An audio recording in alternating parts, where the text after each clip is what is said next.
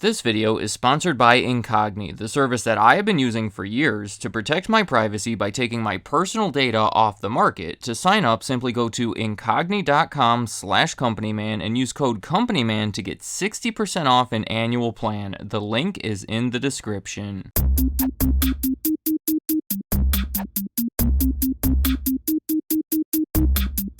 Bone-in fried chicken is a classic American meal, and for some time now, the two largest chains in the country to sell it have been KFC and Popeyes, longtime rivals that have been using different approaches to capture that market. Well, in 2023, it was big news when Popeyes surpassed KFC in US sales. I would say this is comparable to if Burger King were to surpass McDonald's, which has never happened, but it would be surprising and impressive if it did. To make this even more impressive, I want to point out that Popeyes is selling more food than KFC while operating around 500 fewer locations, meaning sales per restaurant have been significantly better. To add some context here, KFC has always been the biggest of its kind, going back to the 1950s. By the 1970s, when the first Popeyes opened, KFC was not only the biggest bone-in fried chicken restaurant, it was the biggest restaurant of any kind in the United States. So you can understand how throughout most of these past 5 decades, it has seemed nearly impossible for Popeyes to ever reach this level, yet here we are. So for this video, I think it would be interesting to explore this rivalry by comparing the two chains in 6 key categories, starting off with the founders. Obviously, KFC was started by Colonel Sanders, who I would say sadly has become more of a joke through most of their advertising lately, so I want to make sure that I acknowledge some of the more impressive parts of his story. His father died when he was 6 years old, leaving his mother to support 3 young children.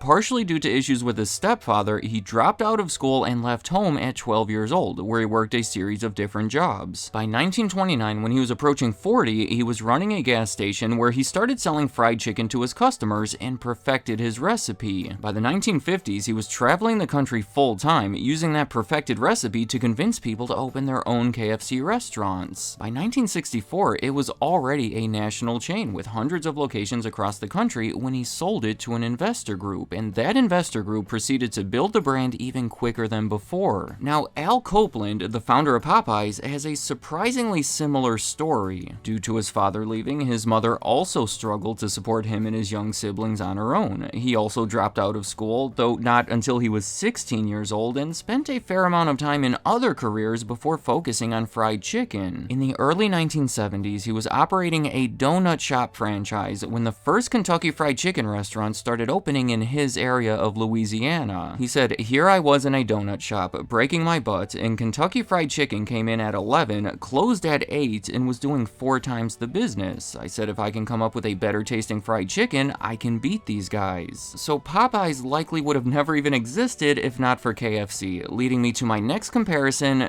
the states. KFC, well, I'm sure I don't have to tell you, is heavily associated with the state of Kentucky. That is where Colonel Sanders first sold that fried chicken at that gas station and created the secret blend of 11 herbs and spices that later captured the attention of the entire nation. Now, Al Copeland is from Louisiana, and his first attempt to open a fried chicken restaurant was called Chicken on the Run, emphasizing fast service. Well, he struggled to make money with it, so after about 6 months, he shut down for a few days and reopened it under the name Popeyes that featured spicier Louisiana Cajun-style chicken that proved to be much more popular. It only took him 3 weeks to become profitable, and he later said that he believes the spices made the difference. Ever since, Popeyes has heavily promoted the fact that it is from Louisiana instead of Kentucky, going so far as to rename the restaurant Popeyes Louisiana Kitchen in 2008 that was promoted with a new slogan, Louisiana Fast. Going back a little bit to the early 1990s, Al Copeland actually lost control of the company following its bankruptcy, but was able to keep control of the recipes through a separate company that paid a royalty to use them until Popeyes bought those recipes for $43 million in 2014. The bottom line here is that KFC and Popeyes utilize distinct recipes that are built around spices that are associated with their respective states. However, there is a little twist to this. Popeyes has since moved their headquarters to Miami, Florida, while KFC is in the process of moving theirs to Plano, Texas. The next comparison I want to make is the marketing. For KFC, their biggest mascot has been Colonel Sanders himself. When he sold the company, part of that deal deal was that he would be an ambassador for the brand, so he continued promoting it almost up until his death in 1980. And even then, they have kept that distinctive image alive in just about every way you can possibly imagine, maybe even going a little bit too far with it at times. For Popeyes, their longest running mascot was logically Popeye the Sailor, who appeared in various advertisements for about 35 years starting early on in the 1970s, but oddly enough, the restaurant is not named after him. It is named after Popeye Doyle, a character in the movie The French Connection, played by Gene Hackman. I do not think there's any direct connection there, but it is a popular movie that was released within a year of that first restaurant opening. Moving over to KFC's most popular slogan over the years, it would have to be "Finger Licking Good," which oddly enough originated in the 1950s when a KFC commercial showed someone licking his fingers in the background. Someone called up to complain about it, and their response was that he was doing it simply because the chicken was finger licking good. For Popeyes, their most popular slogan would have to be from that jingle, "Love That Chicken from Popeyes," that dates back to 1980. And then later in that decade, they started promoting it as America's Fried Chicken Champ in commercials that would show people favoring it over KFC in a blind taste test. Going back to my list, I would also like to compare their association with other restaurants. Most notably for KFC, they were bought by Pepsi in 1986, who were already the owners of Taco Bell and Pizza Hut. 11 years later, they were spun off into their own company that became known as Yum Brands. For a while, they were even opening co-branded restaurants, combining KFC with something else they owned under one building. And that shared ownership has also led to some unique menu items, like the popcorn chicken pizza that was introduced in 2020. Most notably for Popeyes,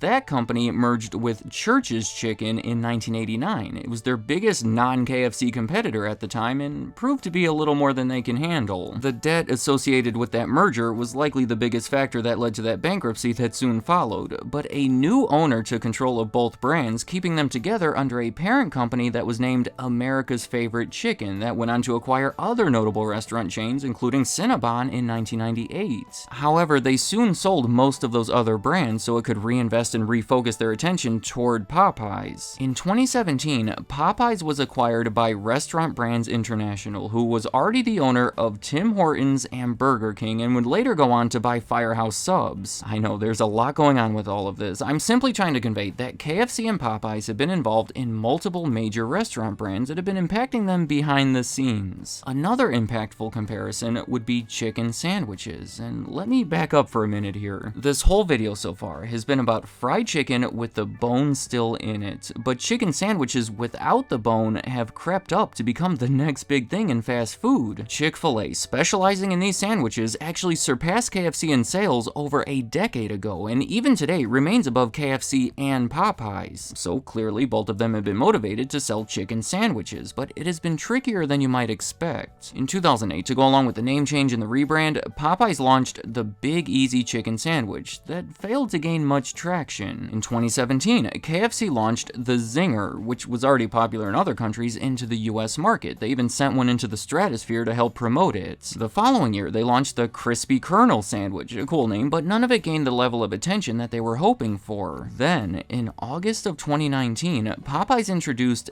the Chicken Sandwich, and shortly after, had a bit of a Twitter feud with Chick-fil-A that sparked the Chicken Sandwich Wars. You might remember that it gained a lot of attention, and Popeyes was selling more sandwiches than ever before. They even sold out of them for a while. Then they were able to use that momentum to launch some other new menu items, like their sweet and spicy wings that have done well. Meanwhile, KFC waited for over a year to nationally launch the best chicken sandwich ever, which, as you might expect, was nowhere near the sensation of Popeyes chicken sandwich. And I know it might be hard to believe, but these chicken sandwiches elevated Popeyes to a new level and helped close that sales gap that had always existed between KFC. In 2024, when KFC introduced their new original recipe tenders, they did it with a commercial claiming that the chicken sandwich wars are over and the chicken tender battle has begun. They also made the statement, "Why choose Louisiana herbs and seasonings when you can get the iconic KFC original recipe of 11 herbs and spices, one of the most protected trade secrets in the world?" They even introduced it alongside their comeback sauce, and the whole thing feels like they're now positioning themselves as the underdog against Popeyes, which has never really been done before. My final category of comparison is going to be their international presence, because even though Popeyes is pulled ahead of KFC in the United States, I need to add some perspective by pointing out that KFC KFC is significantly larger around the rest of the world. Shortly after Colonel Sanders sold it in the 1960s, there was a significant push to establish the brand outside of its home country, opening the first international location in England in 1965, soon followed by many others, including Germany, Australia, and Japan. In fact, in 1974, they started promoting KFC in Japan as a holiday meal, and it has since become a tradition among many Japanese people to order KFC. To this day, they say that their busiest day of the year in Japan is on Christmas Eve, but KFC's biggest presence is in China. They opened their first store over there in 1987 and have since opened over 10,000 of them, which is almost 3 times as many as there are in the United States. All of these combine to over 30,000 global locations, making KFC about 6 times larger than Popeyes overall, who remains mostly focused on the US market, with about 70% of their locations being in North America. So even though most of this rivalry is taking place in the United States, that is no longer KFC's primary focus. Let me know in the comments, what do you think of these restaurants? How have they changed over the years, and which one do you prefer today? I think it is impressive that after more than 50 years of fighting, the underdog was able to catch up to its competitor that was once believed to be uncatchable. Finally, I just want to point out that I've made videos about both of these companies in the past, so here I did my best to avoid overlap by focusing more on the rivalry, the comparisons, and presenting things in a different context. But I do recommend either one of those videos if you want to hear more about the individual stories, and any other thoughts you have about KFC or Popeyes or anything else in this video, leave them in the comments. I'd like to hear what you have to say. Incogni is today's sponsor. See, you might not realize this, but there are literally thousands of companies out there collecting, aggregating, and trading your personal data. Phone numbers, addresses, social security numbers, things like that. And that can really become an issue when that data is obtained by the wrong people. I mean, it could be sold to scammers who use it to send you alarmingly convincing emails or text messages, or sold to someone who uses it to open credit accounts, file tax returns, or even commit crimes in your name. The bottom line is that you want your personal data off the market, and Incogni can help make that happen by reaching out to data brokers on your behalf, requesting it be removed, and dealing with their objections. They have been doing that for me for more than 3 years now, and over that time they have sent out 776 removal requests, 707 of which have been completed. They even have a new custom removal feature on the Unlimited plan and Family Unlimited plan, where you can point to any People search site or other website where your personal information is visible, and they will take care of it. All you have to do is go to incogni.com/companyman to sign up and use code COMPANYMAN to get 60% off an annual plan. The link is in the description. Thank you for watching.